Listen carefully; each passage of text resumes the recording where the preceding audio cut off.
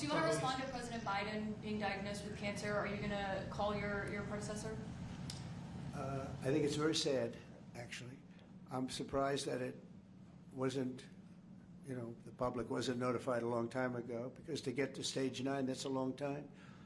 I just had my physical. You saw that. You saw the results of that particular test. I think that test is standard to pretty much anybody getting a physical, good physical. We had the doctors at the White House and over at Walter Reed, which is a fantastic hospital, do it. I did a very complete physical, including cognitive tests. I'm proud to announce I aced it. Got them all. I got them all right. You proud of me? Yes. Your husband would be proud of me for getting them all right. It's a little risk. If I didn't get them all right, these people would be after me. It would be not a good situation. But I think, frankly, anybody running for president should take a cognitive test. They say it's unconstitutional, but I would say in that particular case, having a cognitive test wouldn't be so bad. But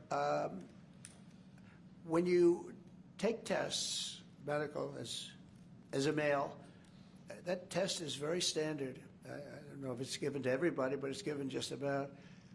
And it takes a long time to get to that situation. Now, I think, to get to a stage 9, I think that if you take a look, it's the same doctor that said that Joe was cognitively fine. There was nothing wrong with him. Well, he said, if it's the same doctor, he said there was nothing wrong there, and that's being proven to be a sad situation.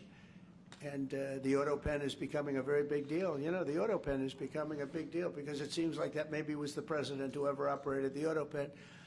But when they say that that was not good, they also, you have to look and you have to say that the test was not so good either. In other words, there are things going on that the public wasn't informed, and I think somebody's going to have to speak to his doctor, if it's the same, or even if it's 2 separate doctors. Why wasn't the cognitive ability, why wasn't that discussed? And I think the doctor said he's just fine, and it's turned out that's not so. It's very dangerous. Look, this is no longer politically correct. This is dangerous for our country. Look at the mess we're in. You're talking about all these questions on Ukraine and Russia that would have never happened. As an example, if I were president, would have never happened. The other thing is you have to say, why did it take so long? I mean, this takes a long time. It can take years to get to this level of danger. So it's a very, very sad situation, and I feel very badly about it. And I think people should try and find out what happened, because I'll tell you, I don't know if it had anything to do with the hospital. Walter Reed is really good. They're some of the best doctors I've ever seen. I don't even know if they were involved, but a doctor was involved in each case. Maybe it was the same doctor, and somebody is not telling the facts. That's a big problem.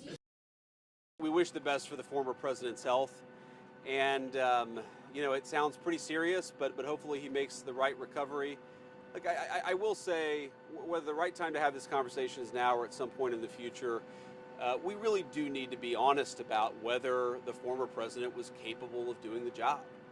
And that's no, that you can separate the desire for him to have the right health outcome with the recognition that whether it was doctors or whether there were staffers around the former president, I don't think he was able to do a good job for the American people.